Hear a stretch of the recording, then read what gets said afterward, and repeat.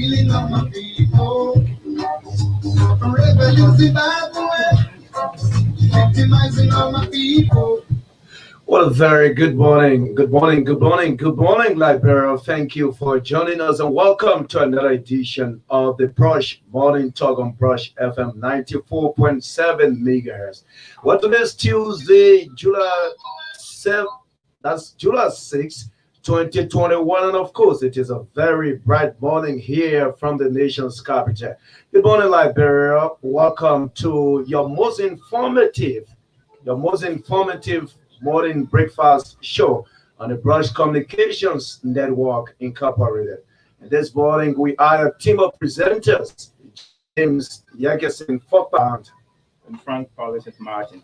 So together, we're going to bring you another splendid presentation of the Brush Morning Talk. Wherever you are, however you go about joining us, we'd like to say good morning, welcome. Thank you so much for joining us on Brush FM 94.7 megahertz, SEM TV, and Brush TV Live as well. And so very subsequently, we begin going across the rural part of our country to get in touch with our professional media colleagues. Those are our correspondents in rural Liberia. They'll bring us up to speed with the latest news and information trending from their respective areas as well. And that's going to be followed by our interactions here in the studio. That's our point of conversation, at which time we take into consideration key national issues ranging from COVID-19, the establishment of the World Economic Crimes Code, and several other things that are paramount to the well-being of our nation. And shortly at 9 o'clock this morning, that's when we usher in our guest and talk up to 10 o'clock. At 10 o'clock, we shut our doors and leave on to this presentation. At 9 o'clock, we are anticipating to have a team from the Student Unification Party of the University of Liberia. Yesterday, they released a statement rejecting the imposition of e-learning that was imposed by the president of the university. We're going to have a team here. We're going to talk up to 10 o'clock. At 10 o'clock, we'll leave you on to this presentation. Once more, Liberia, welcome. Thank you so much for joining us as we move ahead. Let's take a breather and be right back. That was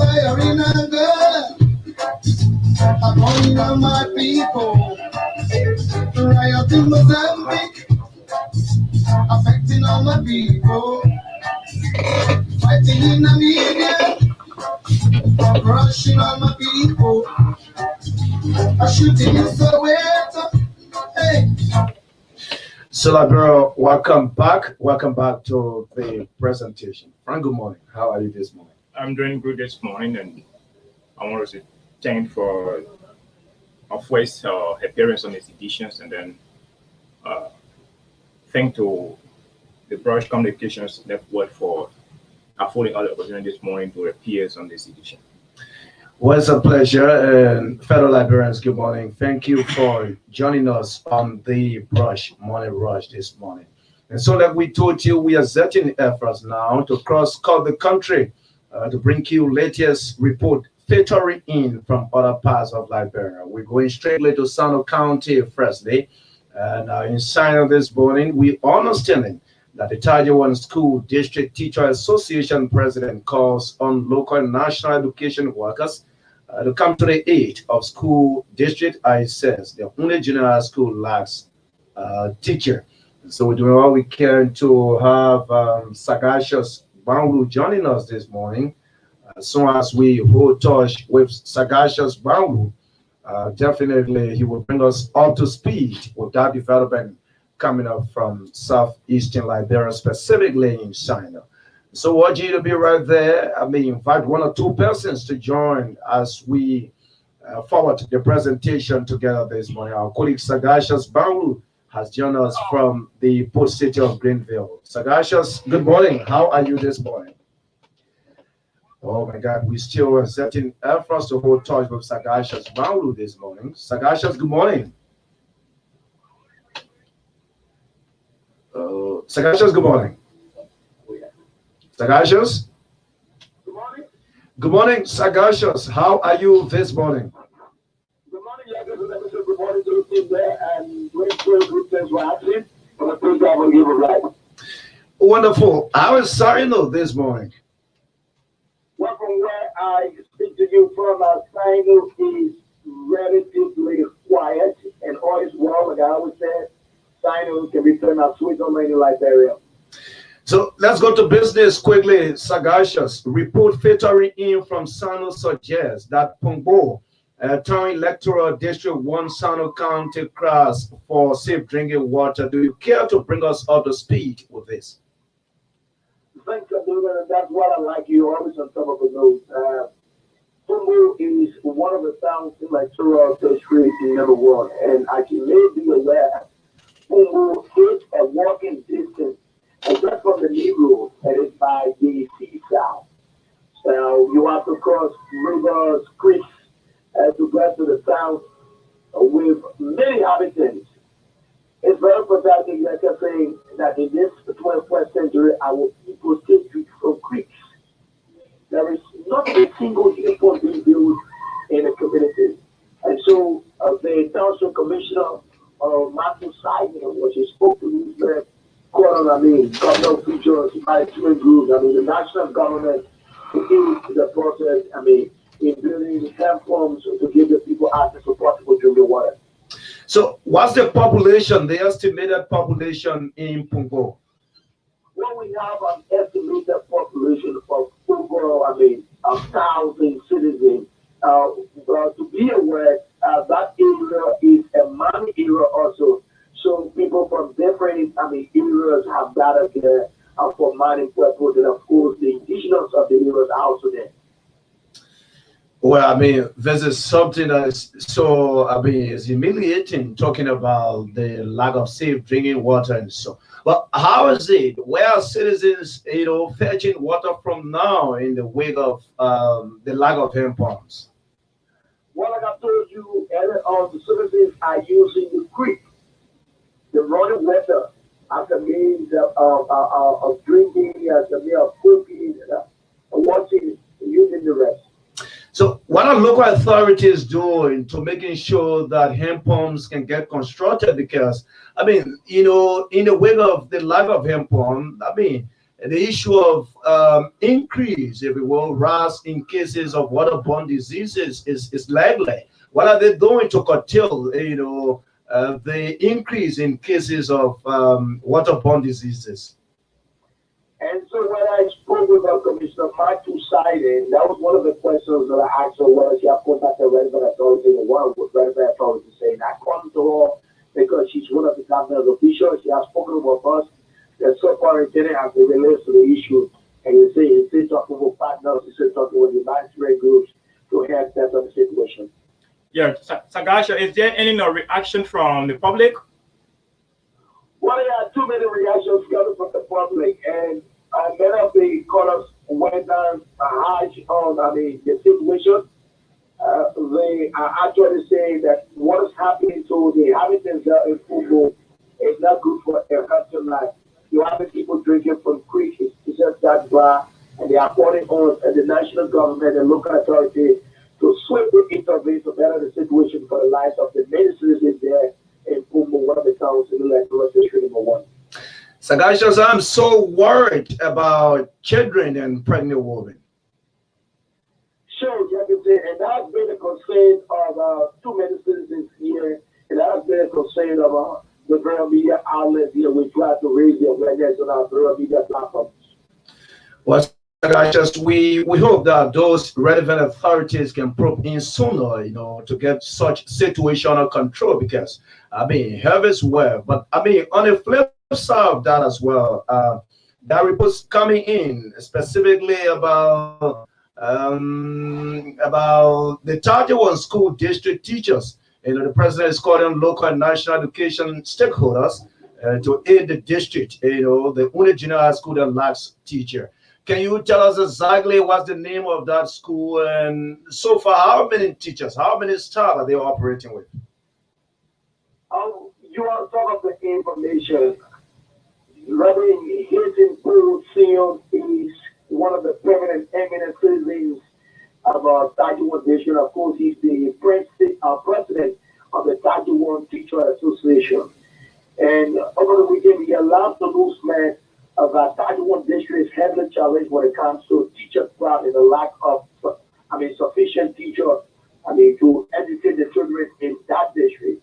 As you may be aware, that one district is situated in electoral district number 3, and the one district of Representative Matthew Zaza. And so one of the better thing is the only junior high school is operated in the district like Fisher. A year before the last academic, teachers were like reshuffled, and in the reshuffle process, teachers were taken from Taiwan School District to other districts. And the fatality level is, according to the president, teachers were not said as replaced of those teachers that were taken from the district. And so as we speak now, there are only 3 teachers teaching from ABC up to 9th grade at the Prime Elementary and Junior High School. A situation which is very pathetic, a situation which the president, of course, or the county education officer and all educational worker, to put in very quickly because it's hampering the learning process of the children there in Taiwan district. Sakasha, did I hear you saying that there are 3 teachers in the school? 3 teachers from kindergarten all the way to 9th grade. Wow. The situation is so appalling. And what's the population of the school? Talking about the amount of students enrolling. Well, when I spoke with the principal, he said the population of the school range for like 500 students. And that is the only junior high school in the district. So students students from the nearby towns coming to get educated. Well, Sagashas, we hope that educational authority in Sino can be speeded, in remedying such situation, because it's something that has to do with education, and education is growth, education is development, education is key. Well, it's been a pleasure having you. Thank you so much for joining us from the should I say the port city of Greenville, or you joined us from Bhutan this morning? Well, I joined you from Bhutan district, one of the historic districts here in Santa County. Sagaja, it's a pleasure. Do have yourself a wonderful Tuesday morning. Well, thanks, America. I feel like I would say it's a course of national duty, but this we must do with friend benefit, objectivity, sincerity, and dedication. It's always been my pleasure. Well, that's the voice of our colleague Sagashas Banglu joining us from Sano County this morning, and of course, you hear there, Frank. That report is so pathetic, talking about safe water. In such a very large town and up to present, the situation continues as it is. And you guys, the most pathetic part is that having 3 teachers in a school. I think it is not healthy for our education sector, and I think authorities in Synod and the Ministry of Education have to do something to remedy that situation.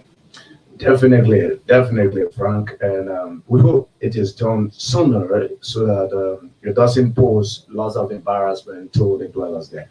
But this morning we still here on Rural Talk as a component here on the Brush Morning Talk, and we're doing what we can this morning to have an immediate crossover to Nima County. Of course, our director for raw operations, Augustine Dunn, is posted in that part of the country to bring us up to speed with the latest news forming about Nima County this morning. So we urge you to be right there.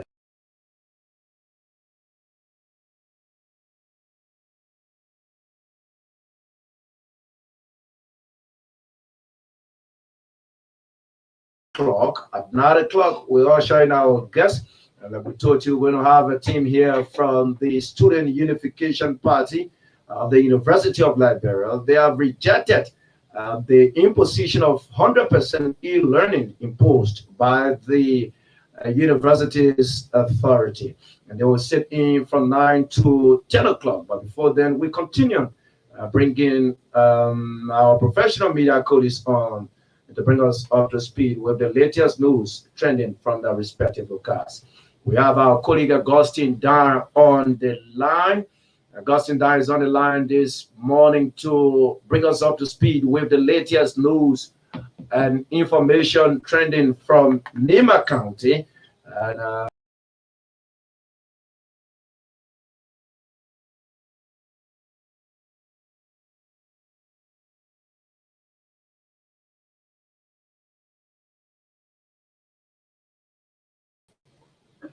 Good morning, James.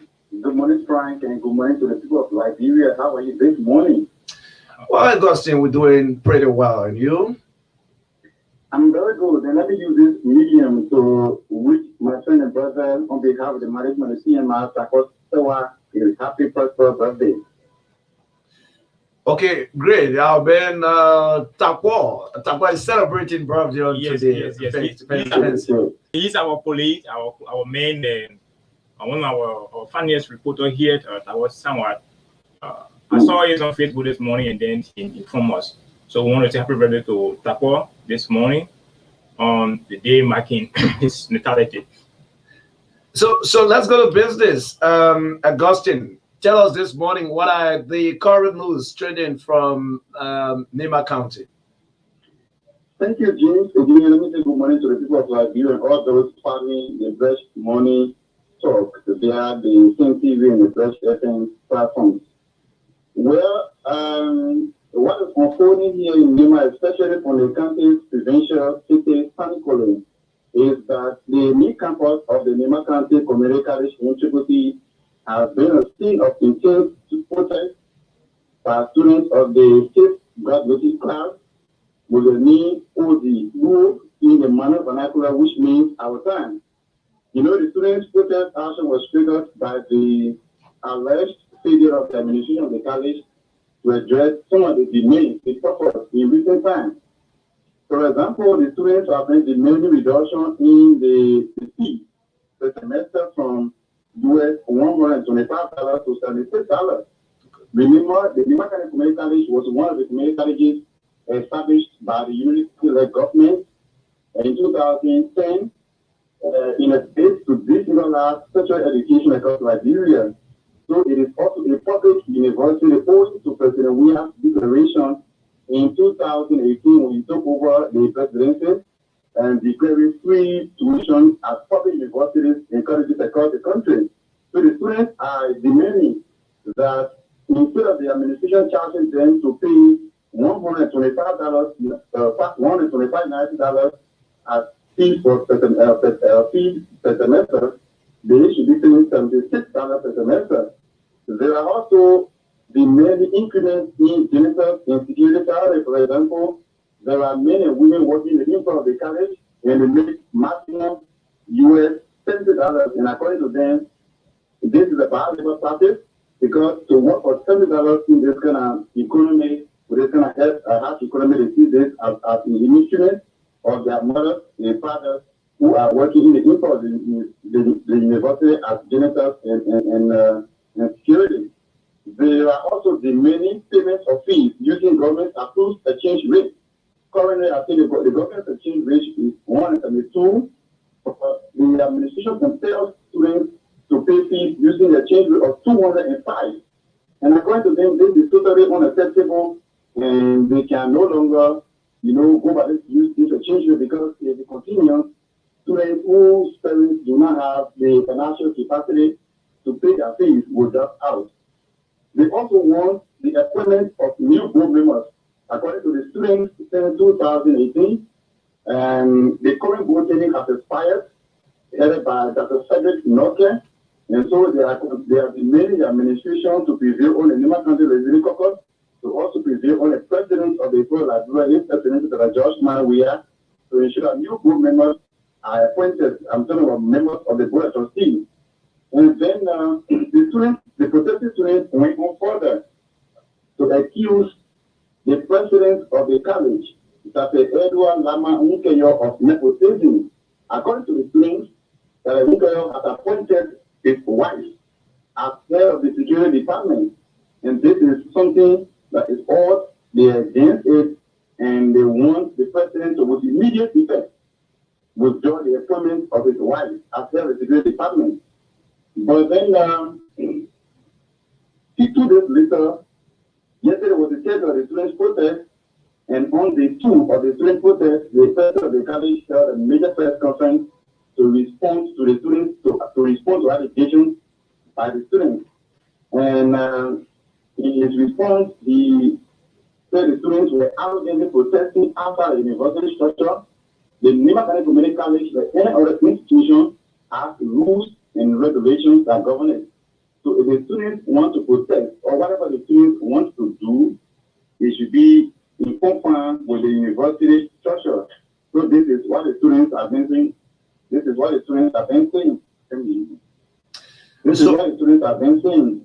And so he sees the students' action also as a clever attempt to impose their will on the administration. On the issue of the board, he read the chapter of the university and he said the board members serve for a term of 4 years. He took over the university on July 9. He was appointed by President Weah on July 9 in 2018. And this year, the tenure of the current board expires. So recently, he wrote the Lima County Legislative Caucus, bringing to the attention of the caucus the issue of the board, the need for the college to have a new board of trustees. And so the caucus responded to his communication, and up to now, and because of the issue of the board, this sixth graduation commencement convocation exercises that was scheduled for July 24 was pushed to August 7, 2021. On the issue of the allegation of appointing his wife as head of the security department, he denied it, even though he acknowledged that his wife is a professional person. And sometimes he admitted that sometimes his wife comes on the campus to assist him with some administrative work, but he denied that his wife was appointed as head of the security department. So this is what happened on Pony at Lima Community College. And as we speak, the students have already declared the grounds of the college, the main campus of the college, no posting for instructors. No one is asked, in fact, is allowed, no instructor is allowed to go to the campus of the university. And as we speak, officers of the Liberia National Police and San Francisco are in charge of the campus, or the main campus of the university. This issue is amicably resolved.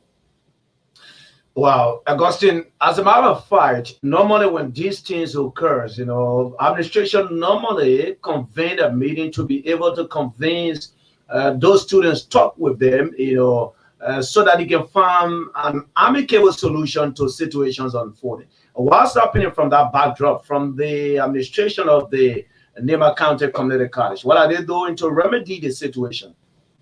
Well, James, instead of the president working with the student council leader, especially the leadership of the graduating class, to resolve what is unfolding, the president has ventured into doing things that will improve the entire situation.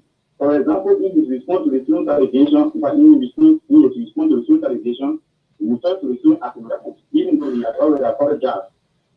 So, student protest is common all over Liberia. So what the president will do now is to guide these students to sit to the round table. Most of the demands the students are performing here, they are genuine. Some of the concerns they are genuine concerns. So the issue of the school fee, using this kind of exorbitant exchange rate, for example, you comparing postmen, because that university is a government university. So comparing the students to pay their fee using the exchange rate 205, and when currently we're not even using 205. They think that it is something that is out of order, and they want the administration. So what the administration will do is to call these students together, to sit on a round table, to have a resolution, to maybe have a joint resolution. They can appeal to the students to give them a time frame so that they can address some of their concerns. But that has not been the case. Augustine, how long will this students' protest last for? The students' protest has lasted for 3 days. Yesterday was day 3. And yesterday we did follow a press conference that was conducted by the president of the graduating class. And they have tentatively or temporarily disengaged from a protest action. But what they've done is security officers have taken peace of the campus of the college. No one is asked to go there until this issue, those concerns offered by the students are addressed by the administration family. Wow. So what are public reactions surrounding the episode? Well, usually some members of the public are for and some are against. And what I've listened to, what some publics have been saying is the students, instead of them, because This is a higher learning institution. They expect people who go there to be responsible in their conduct. So some members of the public have been saying, instead of students protesting, printing blocks, roadblocks, instead of preventing the president from entering with official vehicle and seizing with official vehicle, the students should give favor in addressing, like I said, most of these concerns are genuine, so they should sit on a round table with the president or with some administrative staff of the college to address those concerns. But this is what the students said. The students said they've made efforts to get to the president to have a discussion with the president, but it has not materialized because there have been a lot of bureaucratic procedures in getting to the president.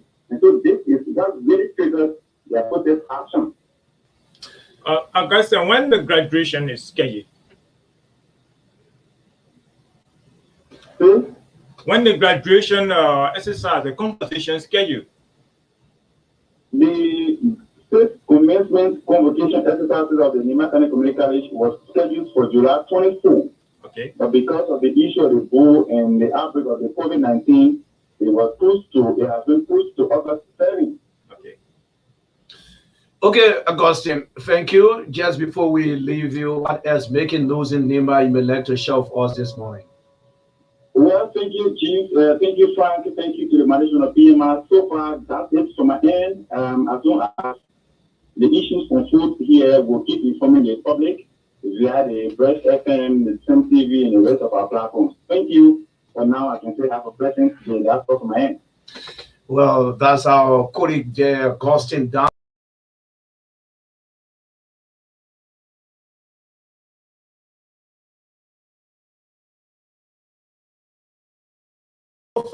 County, while Ben Samuel Bully is posted this morning. We're understanding that the board chairman of the Colahon Hospital receives US $15K for procurement of drugs. And so our man Samuel Bully will bring us up to speed with that development coming up from the Wotogisi Mountain. That's Lofa County. We have Samuel Bully joining us this morning. Samuel is on the line already.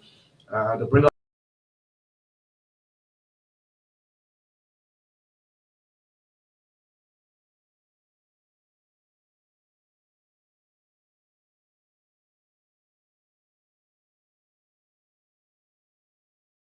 well, good morning. How are you and how is Lofa? Yeah, let me say thank you ever so much, and let me say good morning to all those who are the Solomon Boys at the nation capital and across the Berea. Lofa is seriously calm this morning. From where specifically journals Zozo Vonjaman Colahon of Foya? I speak right now in Colahon, Copper City. So bring us up to speed. We're understanding the board chairman of Colahon Hospital receives US $15,000 for the procurement of drugs. How reliable is this? Yeah, you got it right. When it comes to the board chairman of the Pune Referral Hospital in Lofa, in Lower Lofa, where you have Colahon, and the Colahon Hospital comprises of the 3 districts in the Bani Chiefdom. And on Saturday, July 10, the board chairman of the said institution, the hospital, received the 15,459 United States dollar check.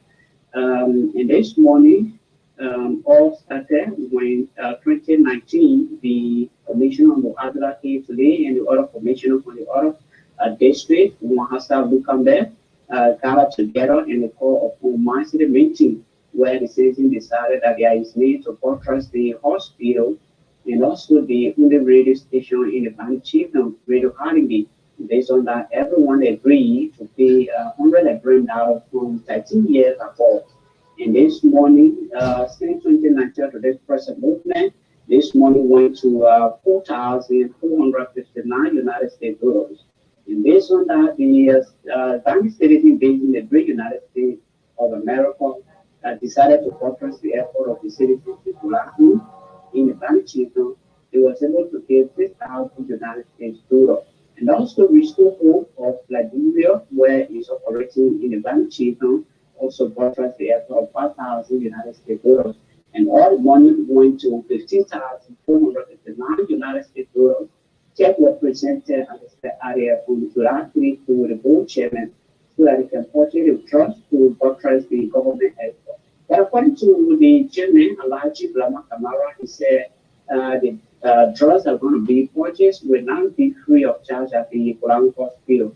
And these drugs will not be added to the drugs the Kulang Hospital is operating on. What they're going to do, they're going to have extra area in the hospital where these drugs will be kept, and the committee will be set up to supervise these drugs aspect. Because they're going to be paying for these drugs, but the only difference will be if the drug in the hospital is $100, to the hospital they're going to make it $50 or $40. And this money will be kept after this drugs finish, and again they send it where they purchase the drugs, they will be able to send this money again and receive another one.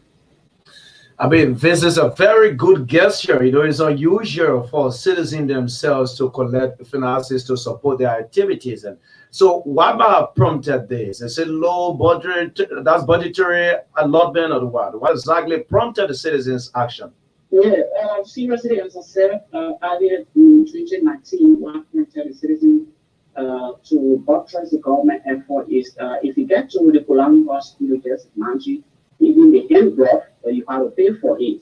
Even just imagine the common hand glove, even when you talk about paracetamol, you have to pay for it. Everything they're going to write you on the paper, they ask you to go and buy it. You're saying, well, still it is like that, and some people don't have the money.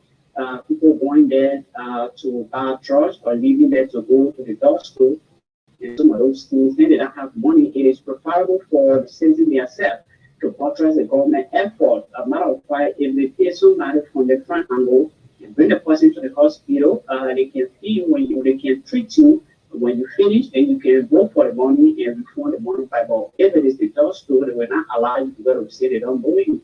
And that's prompted the citizen to say, well, from 13 years above, should pay $100. And the receipt was printed. If you pay the $100, they give you the receipt. And as I speak to you, the question is still ongoing in the chamber.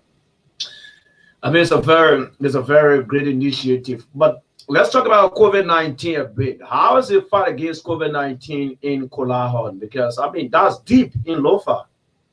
Yeah, when it comes to the COVID-19 in Lofa County, 4 days ago now, we communicated with the subpoena officer, the county subpoena officer, where he said Lofa is now about 29 COVID-19 cases, where his question Quad only received 2, Zorba received 1, Kolahon Despair received 1, the Koya received 1, and Thanos from Bonjama, the county seat. And again, Kolahon District, where Kolahon District received 1 COVID-19 case, where he appreciated from both time community according to the Supreme Officer.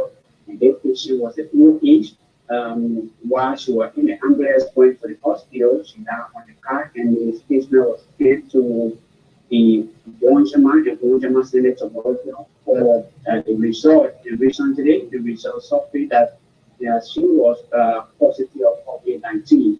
But he said, well, they have some challenges. A matter of fact, people are saying the identical individual was it was an old age activity policy. They're not going to quarantine themselves.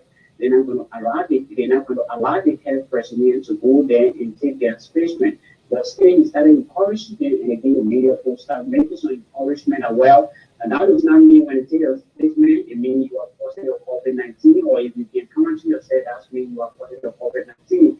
But it's just to have you on the safe side so that the community can be safe as individuals too can be safe. Well, Samuel, thank you, and thank you so much for sharing breakfast with us this morning from Koba City in Kolahon. It's been a pleasure having you. You have yourself a very good day, my brother. Okay, and thank you ever so much, and I'll be available to update on the upcoming activities in Lofa County. Samuel Bode is our Lofa County correspondent. Folks, you hear in there, the citizens themselves collected about $15,000 to buttress the buttress.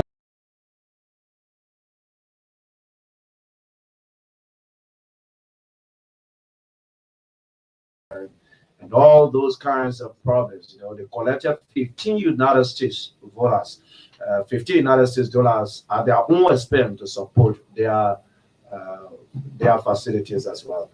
And that's it. That's it for Raw Talk this morning. That's Raw Update. We got approximately about 90 minutes up to 9 o'clock. Like we told you, by 9 o'clock this morning, we're going to have a team here from the Student Unification Party of the University of Liberia, and they'll be here to talk to us about their recent press statement rejecting the imposition of 100% e-learning that was imposed by authority of the university.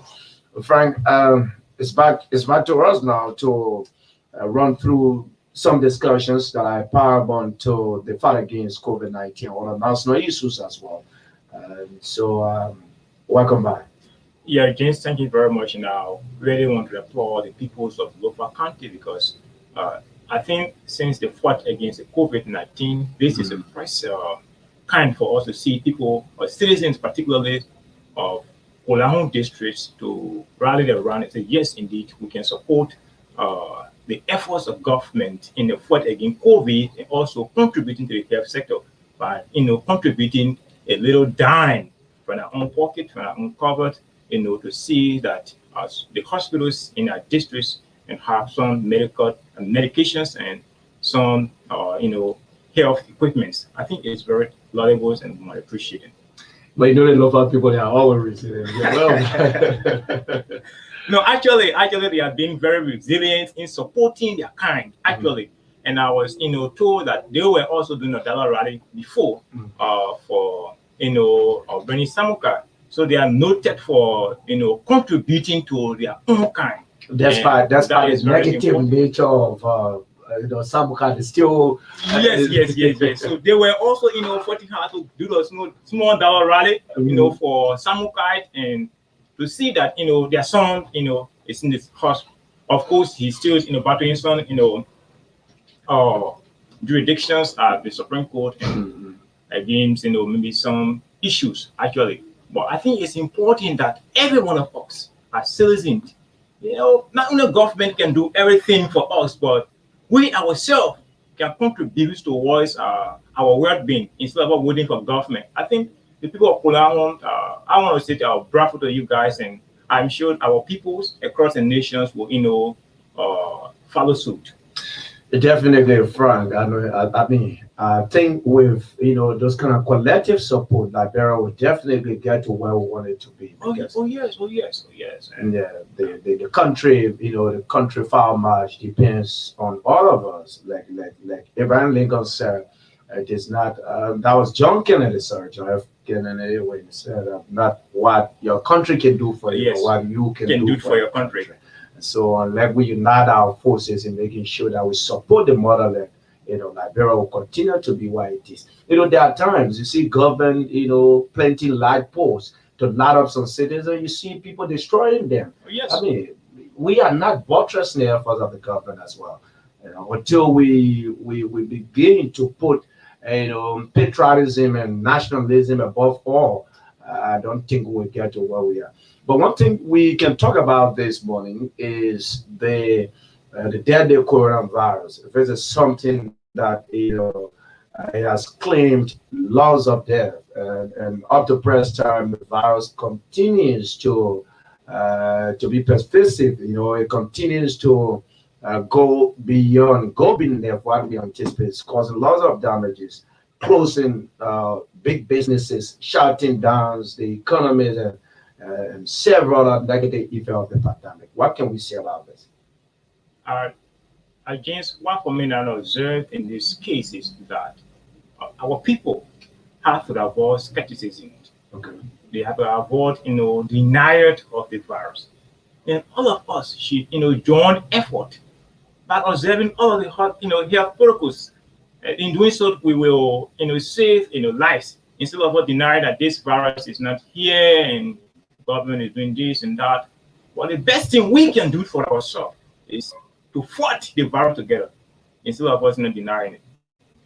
That's another thing. And the AstraZeneca vaccine is around, and we also want to use this public medium to encourage Liberians to, take their first dose or second doses. If some of them have not taken the first dose, I think we have to encourage them to, go and visit some of these health facilities that have been designated by the Ministry of Health and government to do their first doses, and then go for the second ones. I'm informed that after the first dose, I think you have a period of 1 month, and then you go for the second dose. Like yesterday, I saw the former Vice President Joseph Newman Boakai posting that he and his wife went for the second, which is commendable. So everyone should muster the courage to take the vaccine, and that vaccine will help us fight against the COVID-19 instead of us sitting at the back saying that I'm not very sure, I don't trust the vaccine and so on. No one should deny this. This exists. And what very touched me in Jeans is that when I see on Facebook, most of my close friends, who are very close to me, posting that, oh, I lost my grandmom, I lost my sisters, I lost this and that. So it tells that this virus is here. We have to, muster the courage to take the doses, to go out there and inform our people that yes, indeed, this virus is here. We must do everything possible to contain this virus. Let us wear our nose masks. Let us wash our hands regularly. These things will help us instead of us sitting, denying that yes, indeed, this does not exist and so on. So I think it is important that every one of us, join this national effort. And I must commend the city mayor of Monrovia for there was some coaches who tried to do some enforcement in the city. Okay. It's important that all of us put this together. That's right, Frank. And another observation I have is that, I mean, many of us, we're following the restriction specifically that talks about wearing a face mask. We are now observing the social distancing. Are you also seeing some of these things in the public areas? Oh yes. James, I have been seeing this. Actually, I think the government need to also go to some of these entertainment centers. Okay. But what baffled me is that I heard people saying from 9 o'clock rather, and then people should leave the street. People should leave the bar and so on. The bar should close. Are you telling me from maybe 6 a.m. to 9 p.m. that's the time the COVID virus exists? The question is funny, but it is very serious because I mean, honestly, it's very serious. Leaving a bar at night does that suggest that that's the hour COVID, COVID steps out? What's happening? No, I think these are analytical questions people been asking. Whether from 6 p.m. maybe or 6 or 4 p.m. and 4 a.m. in the morning to 9 o'clock, as it's been regulated by the government, the bars should close. But we are not going to these restaurants, these bars, to see how many percent. I think government need to do that, not just asking people to wash their hands and so on. Because I know some of our police who like to go regularly, maybe on a salary. So government actually need to reach to some of these areas to see how best they can protect the citizen. It is very important to all of us, not just saying from 9 to midnight and then bar should close. But people should also abide by the protocols being put in place by the government. It's very important. Okay, folks, you're following the Brush Morning Talk here on Brush FM 94.7 megahertz, Brush TV Live, and SEM TV as well. So I'd like to say good morning, good evening, good night, depending on which part of the world you join us. We have about 10 minutes up to 9 o'clock. At 9 o'clock this morning, we anticipate our guests to talk up to 10 o'clock, we shut out doors and leave you on today's presentation of the Brush Morning Talk.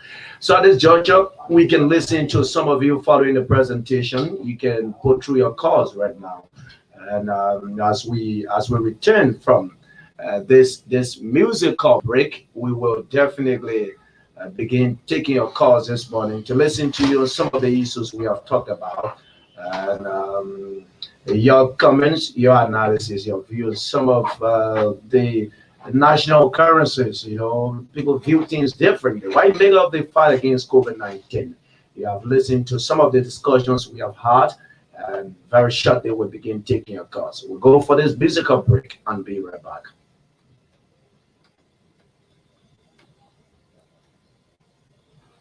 Well, the break is yet to be prepared, and as soon as we get that music, definitely we'll go for musical break to be back. But shortly, we'll begin taking your calls up to 9 o'clock. At 9 o'clock, like we told you, we have our guests. Let's go for the musical break. I cannot go to school, cause no more money.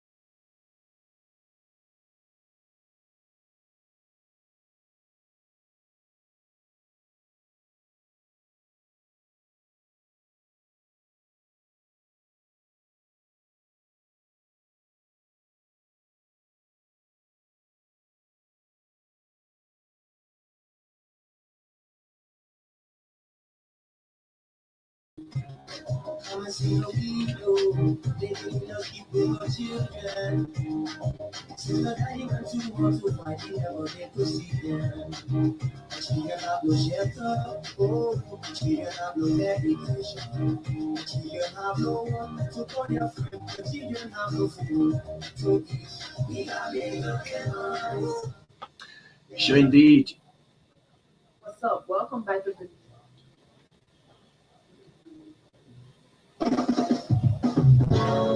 It's on my day.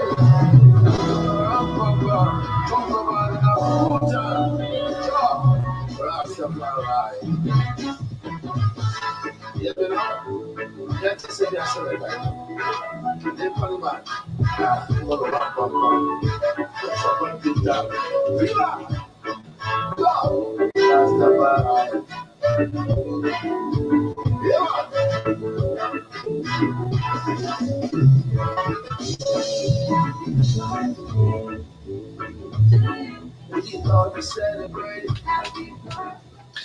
Sure indeed, folks. Welcome back and happy birthday to our colleague Takwa Stiwa. And he's our professional colleague here at PMI. We'd like to say happy birthday, comrade, enjoy your day, stay safe, and follow the prescribed health protocols as well. So, folks, welcome back. The number to call is 0777, that's 0776 360924. 0880-346-169, again 0776 360924, 0880-346-169 are the numbers to call and form part of the Brush Morning Talk this morning. 0777, that's 0776 360924, 0880-346-169, again 0880-346-169, 0776360924 are the numbers to form part of the Brush Morning Talk this morning. So, like we were saying, the issue of strict adherence to health protocols remain key in the fight against COVID-19. It's something that we all should not underestimate, because in moving forward in defeating this pandemic, we need to abide by all health protocols. We need to follow strictly. We need to adhere to these health restrictions imposed by health authorities. Call us on 0776 360924, 0880-346-169, and 0776 360924, 0880-346-169, 0776 360924, 0880-346-169 are the numbers to form part of the Brush Morning Talk this morning. Again, 0776 360924, 0880-346-169, 0880-346-169, 0776360924 are the numbers to form part of the Brush Body Talk.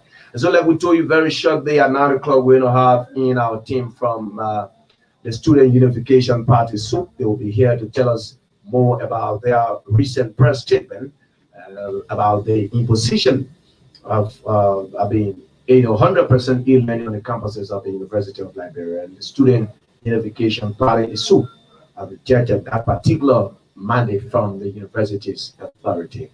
Those of you following wanting to form part of the conversation, you can call us on 0776 360924, 080346169, again 0880 346 0776 360924 are the numbers to form part of the Brush Body Talk this morning. So very shortly, we have in our guests from the Student Unification Party, that's SUP. They'll be here to tell us more about their recent press statement and several other issues in relations to national governance. I want you to be right there and let's keep together. Remember, you're listening to the Brush Morning Talk, the BMT on Brush FM 94.7 megahertz, Brush T Live, and SEM TV as well. So those of you following can drop your comments, and later on your comments will be read on the presentation. We're going for this break and do some adjustments quickly. But we still anticipate your calls on 0776 360924, again 0880 346 Let's go for this musical break, and as we return, of course, we continue the presentation.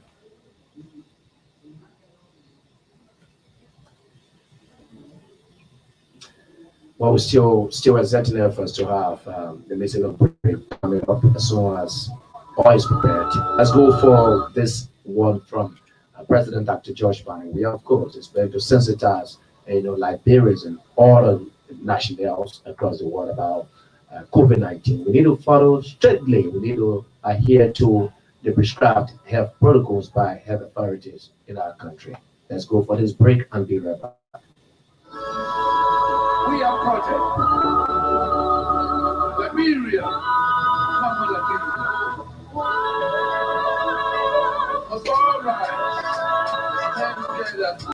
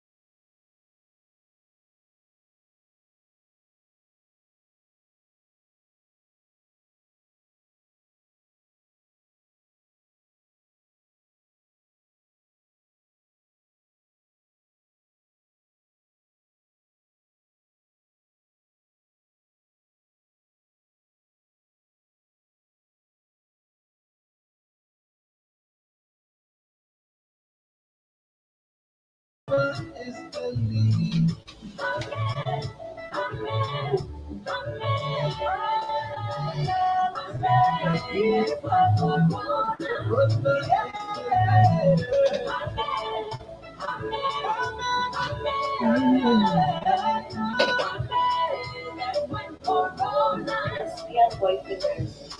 Fellow Liberians, let's stand together for coronavirus. God bless Africa and the rest of the world. We are project.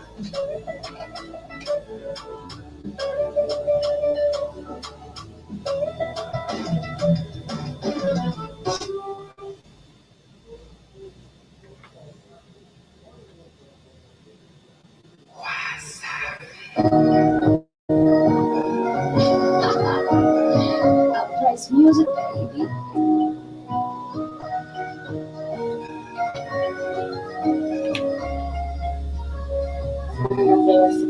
Kuzana furaha nitaimba na kucheza na kucheza, washa mishumaa weka keki juu ya meza, ila usinicheke, nimekuletea zawadi kidogo ulichobarikiwa, ukiwa na wewe jana dumu la maji nisije kumwagia. Nakapicha kako nataka post wasapopenda itawa post leo siku ya kumshabikoki rafiki zako tunasema happy birthday, birthday to you, happy birthday to you, happy birthday to you, happy birthday to you.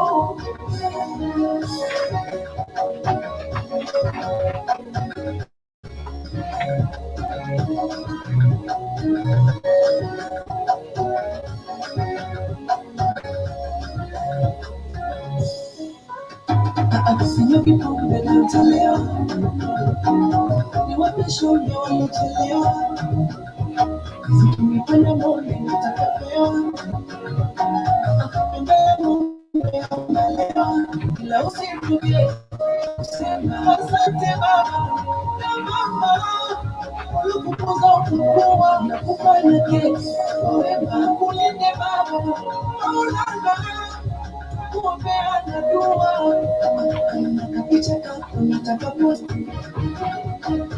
wasapopenda itawa post leo siku ya kumshabikoki rafiki zako tunasema happy birthday, birthday to you, happy birthday to you, happy birthday to you, happy birthday to you.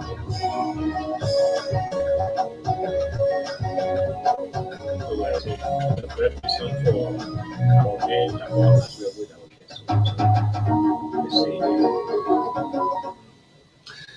Well, folks, welcome back to the presentation. I mean, that birthday song was meant. That birthday song was meant for our man Tapo and Siwa. I mean, he celebrates birthday on today. We'd like to say happy birthday, colleague Tapo Siwa, wherever you are this morning. We'd like to wish you a very blessed birthday, and you're celebrating birthday today. I know it won't be easy somewhere. the unfortunate part is that this is COVID-19, and then no need for us to, go to some of these restaurants or some of these bars to, socially, associate ourselves with him. Mm. But however, I'm sure at the end of the day after the show, we'll have to go share some, time with him, to have the birthday, grand actually. Well, so folks, we still here waiting our guests, and subsequently as our guests step in, definitely we'll kickstart discussion here. Like we told you, we anticipating a team from the Student Unification Party of the University of Liberia, and we'll be talking about their recent press statement, opposing, if you will, rejecting the mandate by the university's authority, and talking about the 100% e-learning, that particular firebrand student organization, that particular student fire librarian organization. I mean, they have rejected that particular imposition by the university. So we don't have our guests in subsequently. We still anticipate our guests. We are told they are in route already, and it's due to a kind of tight traffic, but very short they will be joining us as soon as our guests step in. Of course, we're going to kickstart discussion. We're going to inquire exactly why are they rejecting, the e-learning in the midst of COVID, because the Ministry of Health, has talked about, the issue of public gathering should be reduced, and so people who go to their respective universities studying their respective classes to learn, and that's why the university imposed e-learning. But on the other hand, the student unification party have rejected that. We're going to ask them exactly why have they rejected, what are the issues, linking to their rejection and so forth. But very sure they will have them in, like we said, the lots of national issues. Frank, I think you've been following what's been happening with the Big Brabi Liberia, that's the BBL. The governor of Liberia on last evening won the reality TV. I mean, that institution that is sponsoring the Big Brabi Liberia. I mean, that frame online is absolutely devastating, especially for our kids. I mean, those kinds of unwanted postures, half naked and naked. Those postures, they are not part of the Liberian culture. Actually, exactly so. So the ministry have won the reality TV to desist. I think if they are doing so, I don't really want to speculate, but if really they are doing so, the government. But if really they are doing so, I think they have to adhere to the government, regulations. I don't think it will be the healthy for our culture actually to see our young people have to make it if it is happening so. So I think if that's the case, then they have to really, desist from that and act accordingly as being mandated by the government. Definitely, and they will have to really collaborate because it sends out a negative signal to other people out of Liberia. Oh, yes. What happens is that that is absolutely contrary to our core values and cultures in the country. Oh, yes. Exposing ourselves to those things, it's not solely about Western tradition, but Liberia as a whole, Liberia as a nation, we have a culture, and then those cultural heritage must be upheld. Yeah, so we cannot follow suit specifically where our culture, our culture will be in limbo. Our culture will have some bridges along the way. We got to definitely define our role, and so the issue of half making, all those kind of things, they are not educative. I mean, they don't help our kids. They don't help bring them in forward. So the question is, why are we sending out these signals to the world? And it's something that I was applauded government. I mean, that warning was very important. I hope that the reality TV team can definitely let them see. I guess say they're stuck up in traffic around that time. Oh, wow. I don't just know. I don't just know, but I don't know what we could do with by means of telephone. I don't know, but let's see what we could do with by means of telephone. I can still tell that this is very, very, very, very serious. Been stuck in traffic around the Bartown area. So, Frank, let's try to do it by means of telephone. I think by means of telephone will be a bit convenient because there's absolutely nothing now we can do at this juncture. Nothing we can do at this juncture. But let's go for this musical break and do some adjustments quickly to be right back. Today marks the brave anniversary of our man Tabo Siwa, and so we'll continue to remember him as the presentation goes along the way. And the whole presentation is actually dedicated to him. Definitely, he's our man.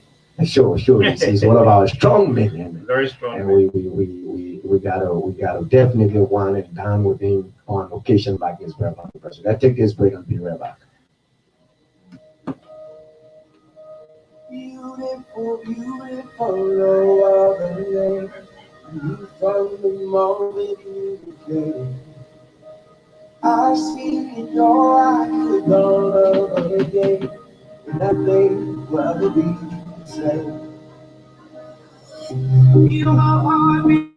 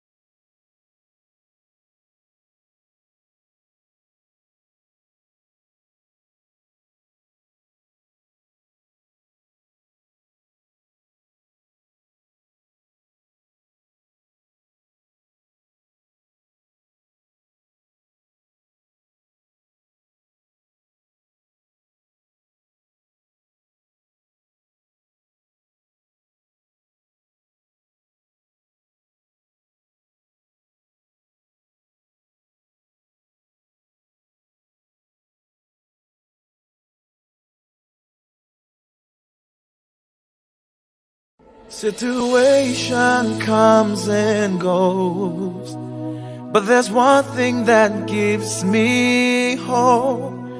It's the blood you shed on Calvary's cross. I am free in you, I am free.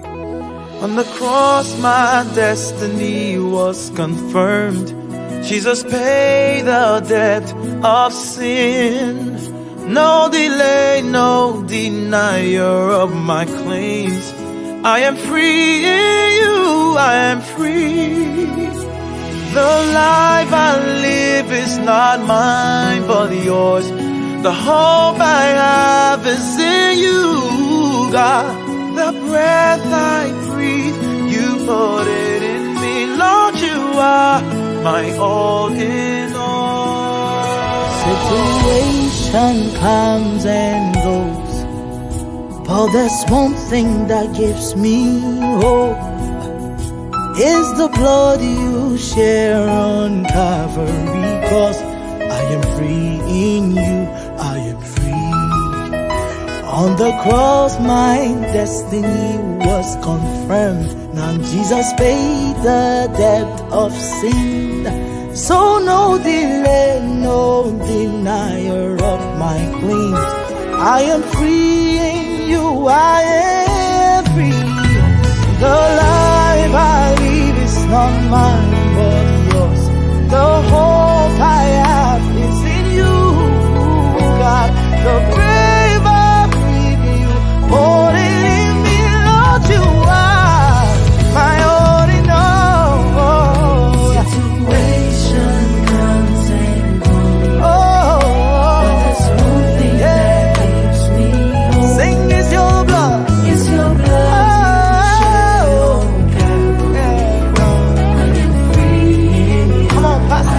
On the rugged cross,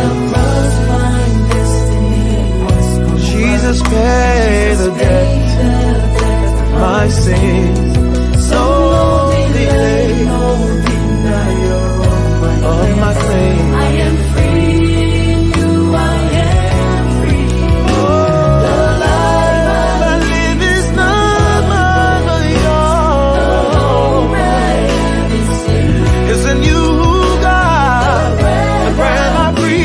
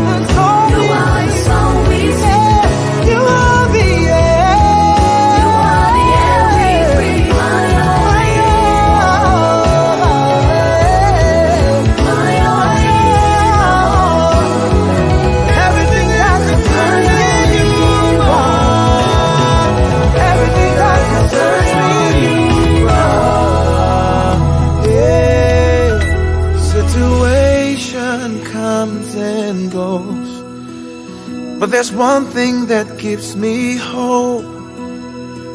Is your blood you shed on Calvary's cross. I am free in you, I am free. On the cross, my destiny was confirmed. Jesus paid the debt of sin. Hey God, no delay, no denier of my claims. I am free in you, I am free.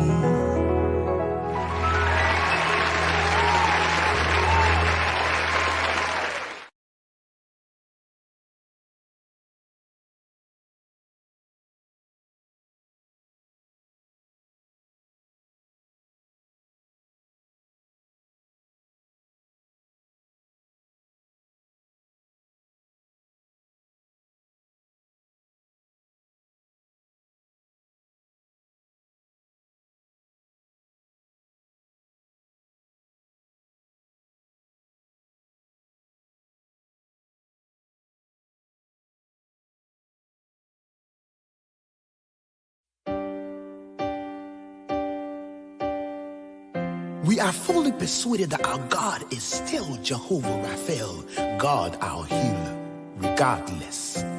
He said, if my people who are called by my name will humble themselves and pray and seek my face, turn from their wicked ways, our God then will hear from heaven. I will forgive their sins and I will heal their land.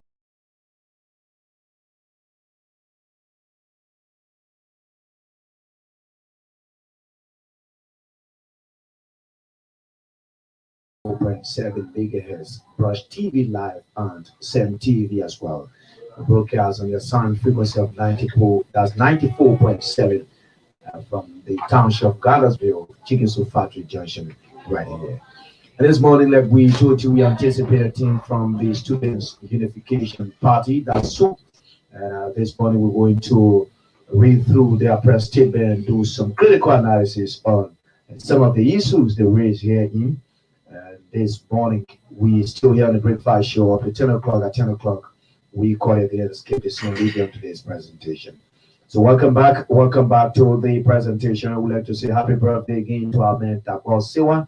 He's monitoring right now from his official residence, and I'm told to marks his birthday. He's celebrating, dancing, and doing everything possible to keep the day very joyous.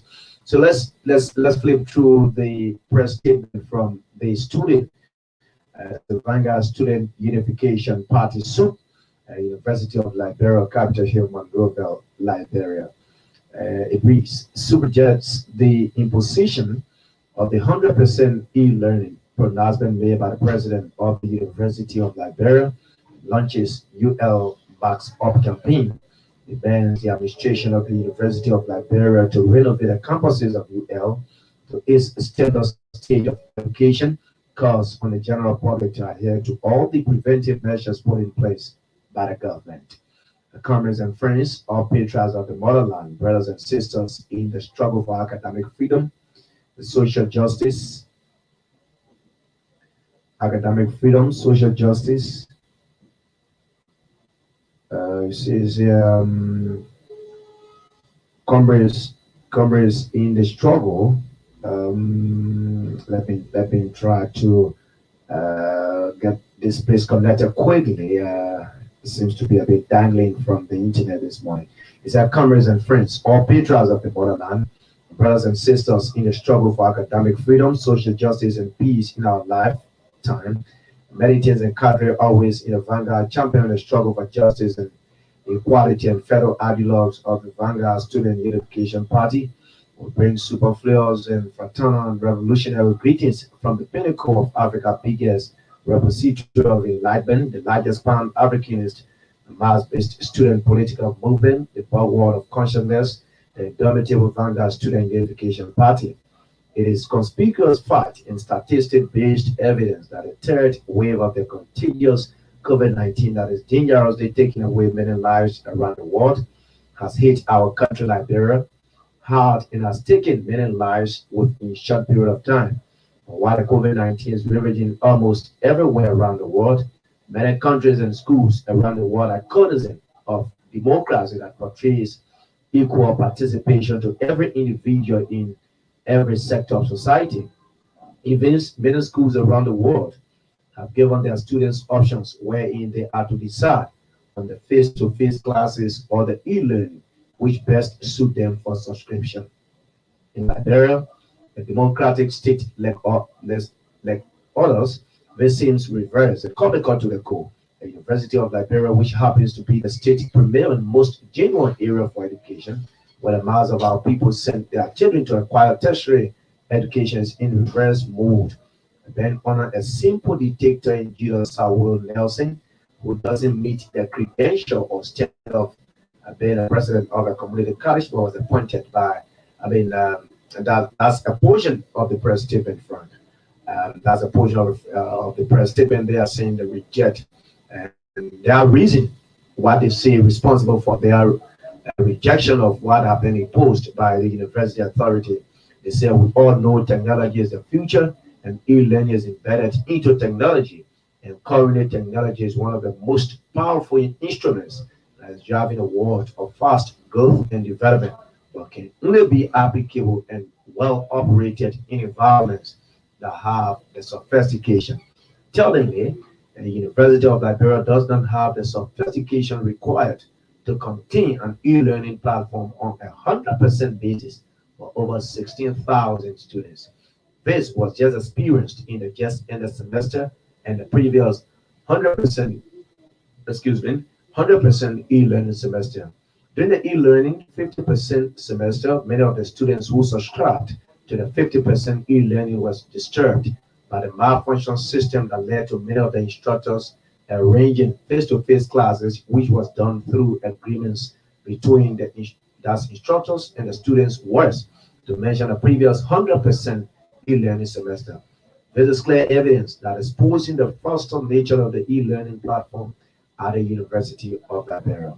Therefore, holding all factors constant, timely disorganized nature of e-learning and COVID-19, the Vanguard Student Unification Party is calling on the administration to make e-learning 60%, while the face-to-face classes should be 40%. So will not hesitate to march into history about demands against the imposition of 100% e-learning on the suffering university students this semester and not back. Considering the massive failure from the initial disorganized model online semester, academic semester 1, 2020-2021, owing to the sudden introduction of e-learning, which required using digital instruction by staff and students who are mostly computer illiterate, led to hindrance results if compared to the just ended optional e-learning semester, which provided options 50-50 in-person instruction. As teachers, students, and university all had to unexpectedly adjust to a novel situation which produced a better result in e-learning online semester. But that's a portion of the press statement, and you listen to the press statement. The student of as a Student Unification Party, is a firebrand student organization, on the campuses of the University of Liberia. And they are saying they don't agree to the 100% e-learning by the administration. It was imposed by the administration of Dr. Nelson, Dr. Nelson Sawuro. And they are saying, they encourage 60% e-learning, 40% face-to-face interaction. They are ever calling Liberia as well to max up. They even call on the university to max up, students of the university to max up and make sure that those prescribed health protocols are in line. But in the press statement, they are saying, previous semester that they have had online learning, e-learning, they are saying it has brought lots of embarrassment, has brought lots of failure, has brought lots of difficulties as well. And you read through the statement as well. Yes, I read through the statement, and there is a little bit contradiction. Okay. If you are saying you're calling for maybe a 60% e-learning and then 40%, then what is your argument? I think if you say the system is not correct, and then you do not want an e-learning program until the system is better, then we'll have a point. But you're calling for 40% face-to-face, and you're calling for 60%. Where your argument? It is schools not, capable of handling the e-learning program. Why are you calling for, the 40%? I mean, I do believe that the Universal Librarian don't have the sophistications to, operate some of these programs. You can't just see people doing things and you want to do it. Sure. I think you should, work on some things before coming up with maybe a demand for students. But the Universal Librarians, as I see it, for me, I don't think they are prepared. But the students should be bold to the schools that indeed you are not prepared for this program. This program will embarrass our colleagues and will hamper the learning process of the universities. Therefore, we don't want to see it, but you can see the one at 60% and then 40% face-to-face. I don't think it's necessary. Okay, so Frank, like you rightly said, the issue of sophistication matters because we're talking about technology being used in advance. And when we talk about, having classes online, something that requires, a very, very organized, internet system. The internet system needs to be very effective. Oh yes. Like the school that I attended, African Methodist Episcopal Universities, we call it the Howard Universities in Liberia, have some of these sophistication. So, in terms of modern technology, we are not discussing maybe some kind of co-op or something. In terms of modern universities that meet international standards. So, Universal Librarians, as I see it now, they have not met that. They are not met their benchmark. They are being pushed on the wall because of maybe self-repressions and so on, but I don't think it's healthy for our educational systems. We are not saying you must close the university down, but work on some things that will improve the system, and then students will feel happy to, learn on a conducive environment, because the environment also is important to education when we discuss this educational administration and so on. So I think it's important that Saud, Nelson Saud, look at some of these things and adjust itself, because the University of Liberia have a lot of, I would say, underprivileged students who some of them cannot afford internet data that we talk about, or we may talk about the data. Some of them cannot afford data. So we have to look at some of these things and then adjust ourselves according to the environment. We cannot just see maybe in South Africa, maybe the South African universities, having an e-learning program. Therefore, equally so, maybe you speaking as students in Liberia can have such a program. You have to be very critical and analyze the situation before you come up with maybe the mandate or regulations imposed on the students. Definitely talking about some 16,000 students to be using the e-learning process. I mean, it's something that for me, I don't see the capacity. Absolutely, the University of Liberia temporarily, for now, in this contemporary era, looking at all of the operations, it's going to be a bit difficult. Some of those things you mentioned are key factors as well. The issue of the data, the issue of the, many times in Liberia, the issue of internet fluctuation, it's something that people experience regularly. And so, organizing these online classes without putting in proper measures, without having those requisite, technological sophistication that you need, I think it's something that could be a lip service, but practically the result that is needed might not be gotten, and as a result, and many students might not get exactly what they expect to get it. Even the prof themselves, the professor themselves, it might be somehow embarrassing, because if you read that press statement, SUP is highlighting that the initial 50% e-learning that was introduced, SUP indicated that, at a specific point in time, some professors started arranging face-to-face interactions. It means that particular e-learning did not materialize. Oh, yeah. For the fact that it did not reach its goal, I think that there's no need to reintroduce the same policy. So, like you said, the student unification party should have been more definite to have said, based upon the lack of some of these sophistications, the university does not have the capacity to conduct e-learning. And I mean, it's good to be blown at times, but backsliding absolutely won't help. But if you request to run 40% e-learning and say there's a 60% e-learning and 40% face-to-face, there is one thing still in common. E-learning is still in your systems. Yeah, e-learning takes majority of it. Like what I was saying, particularly, I think they try to play second a game with maybe the mind of the students as students leader. So I think the best thing to do is to be definite to the core, tell that sound and the nursing or whatever persons are leading the university or heading the university, tell them, be clear to the point that indeed, I don't think it's healthy for us. This is the situation. Face-to-face 40%, I don't think it's necessary. Because we have COVID and there was 16,000 students going on campus. You know what I mean? You know what the implications, how many students will be in each class?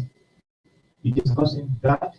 So if the university is not ready for maybe administering this e-learning program, I think they should be bold to the students. And the students themselves, the leaders who are leading this institution should be bold. They should not be afraid of maybe any other persons in the authority. Let it be clear to the point that yes, indeed, we are not prepared for this. This is what you need to do. These are mechanisms you need to put in place to ensure that these universities meet international standards. We understand the economic situations in our country, but we have to, do some things that some aspects of our societies or some of the institutions in our countries are improved.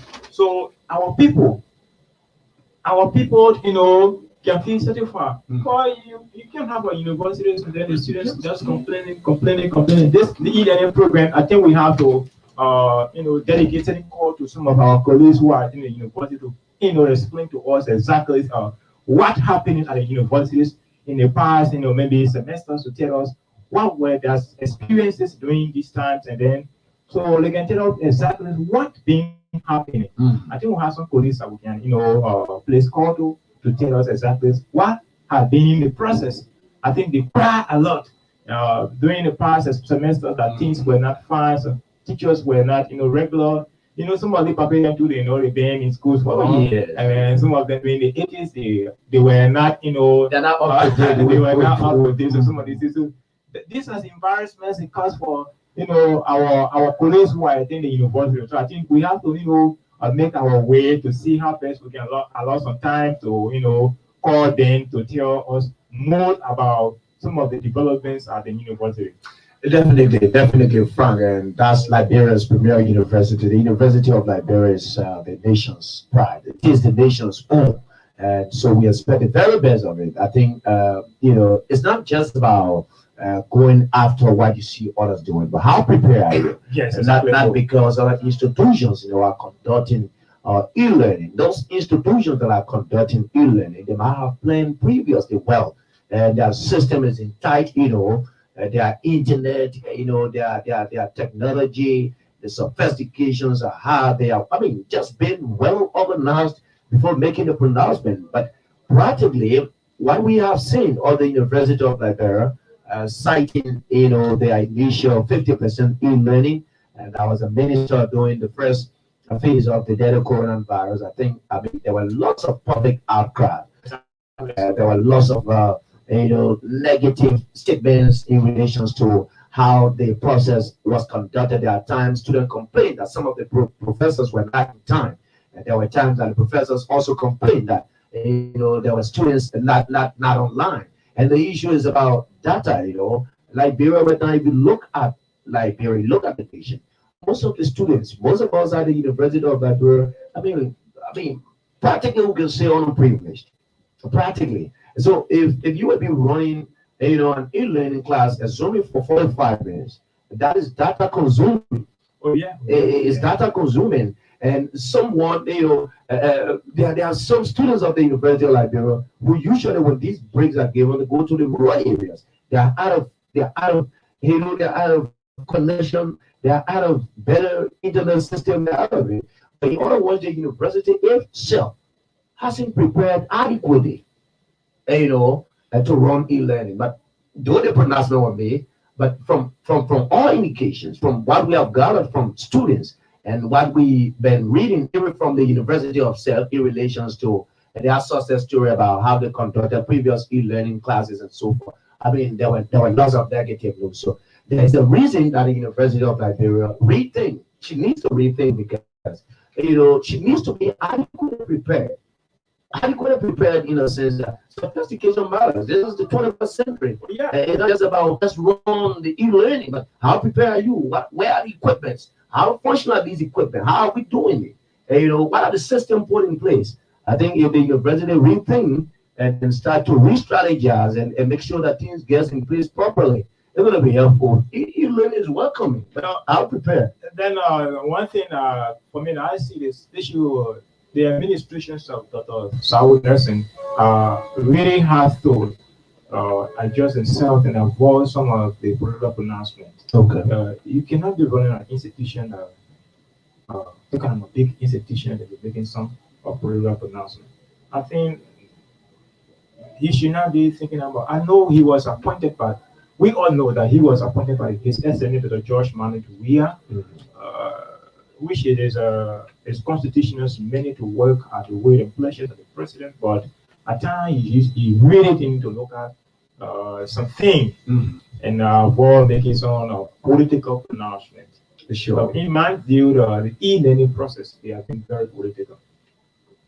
Okay, so folks, we can allow you to form part of the conversation now. We've got 18 minutes up to 10 o'clock. At 10 o'clock this morning, we'll leave you on the brush morning talking EMT, and you can form part of the conversation right now. We're talking about the recently introduced, if you will, the recently imposed e-learning process, by the University of Liberia Authority.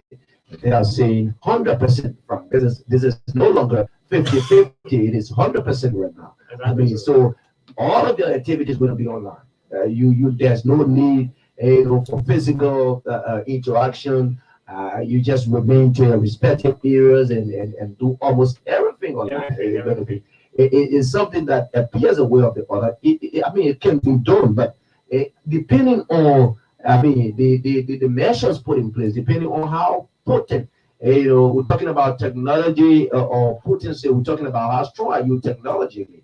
Because we're not just talking about, because the amount of persons we're talking about from is very huge. 16,000 persons, sitting to their respective homes and expected to do all of their required courses online as long as COVID-19 continues. That is what the university is saying.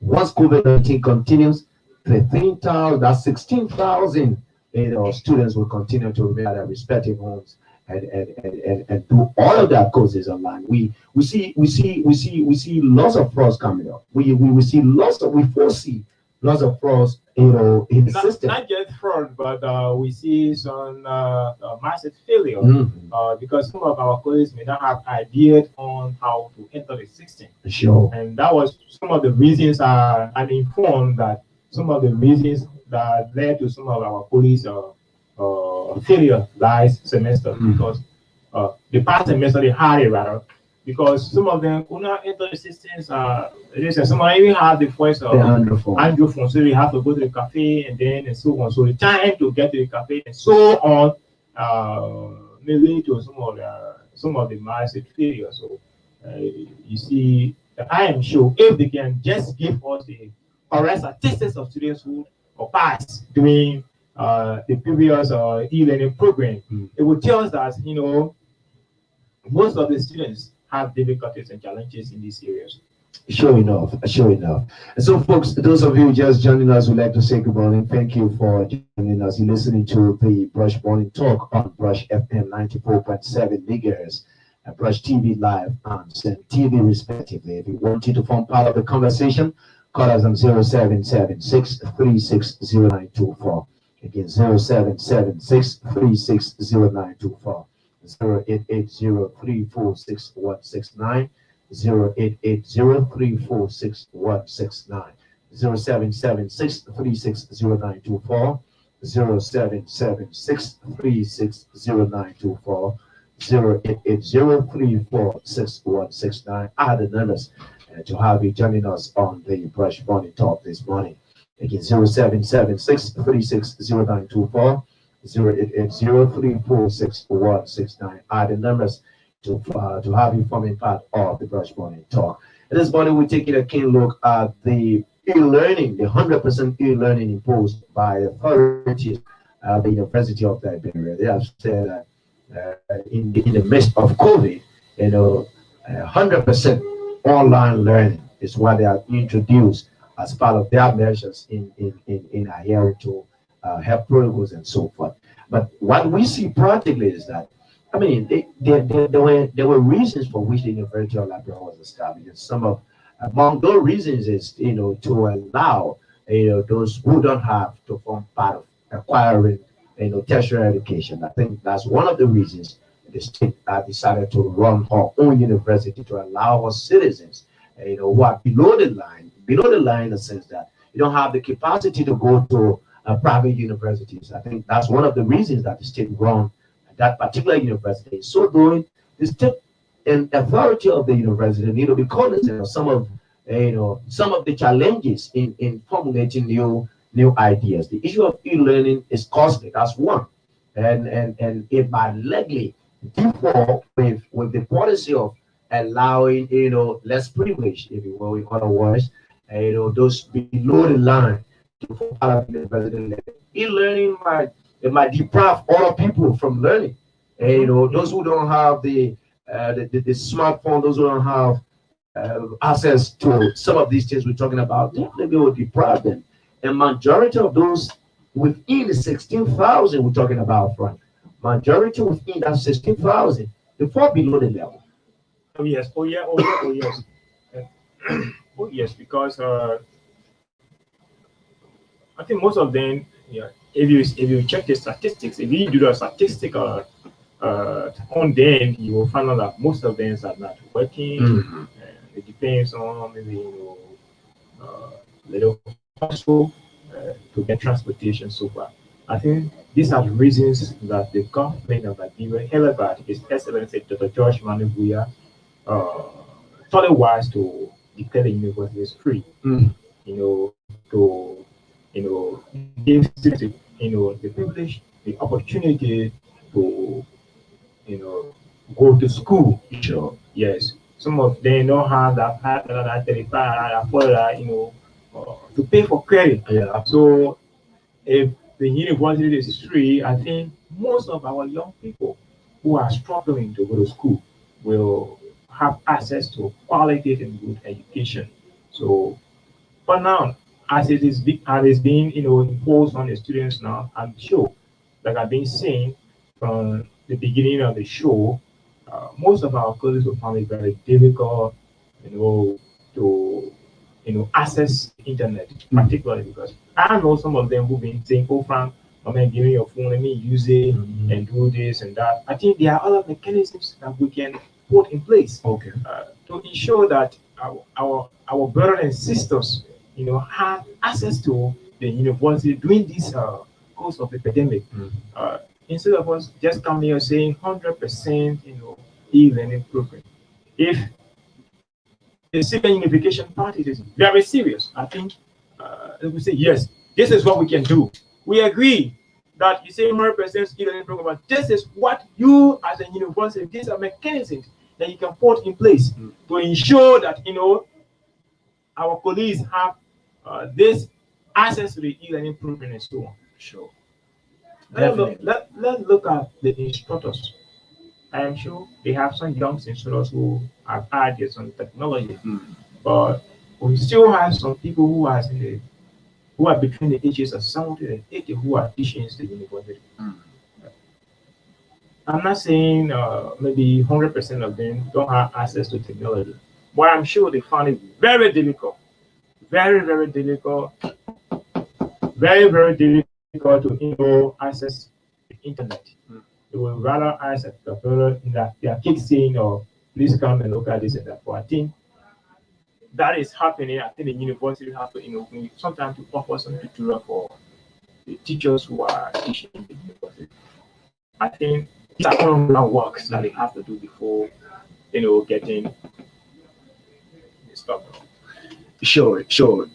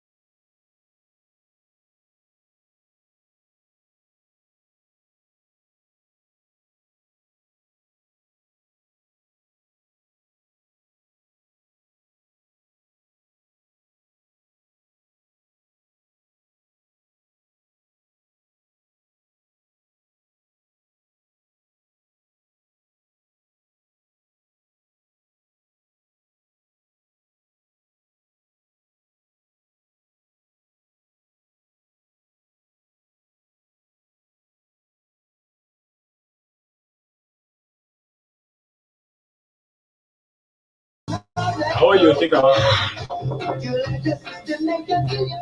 Oh, yes, indeed, folks. Welcome back to the presentation. Welcome back. Welcome back to the Brush Morning Talk BMT show right here. We have approximately about 4 minutes up to 10 o'clock, 4 minutes to end of time this morning.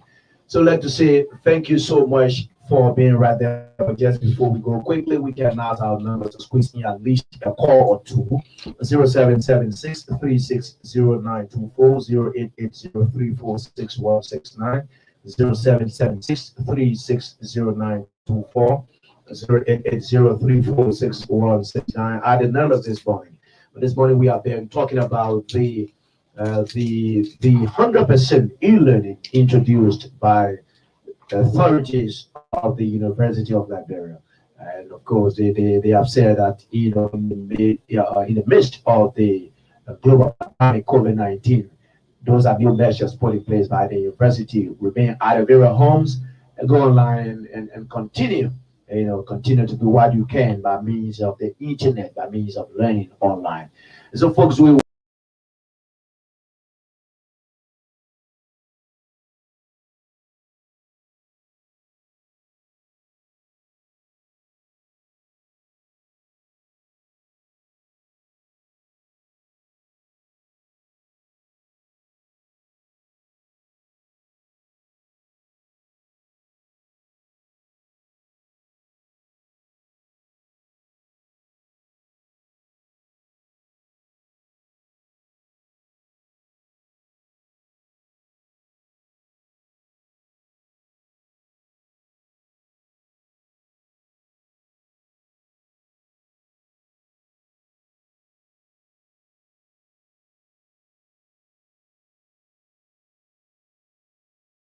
subsequently we concluded with the e-learning process that was imposed by authority of the universities of Liberia, encouraging approximately 16,000 students to go online to continue their semester learning.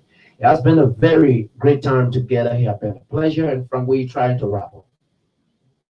Yeah, we want to say thank you to our listening audience for following us. And then we want to thank the management of PMI for affording us the opportunity to sit on the platform to always discuss issues of national concern. And then we want to say happy birthday to our colleagues, Tapos Siwa, who lives in the Peaceville Belt. We want to say enjoy your days. We are coming to you this morning to share the birthday with you. We want to say thanks to our audience again for following us. Continue following the show. It will be very cautious, and we encourage you to follow the show always. Well, that's it. That's it for today's Tuesday, June. That's today's Tuesday, June 6, 2021 edition of the Brush Morning Talk. And of course, we want to pay you a pleasant farewell. I want to say thank you so much for playing your listening role. Another fascinating edition of the program is up tomorrow, 8 up to 10 o'clock. We are Ben James Yegerson, Fogpa Jr. and Frank Pitt Martin. Have yourself a very good day from Central Monrovia. Bye-bye.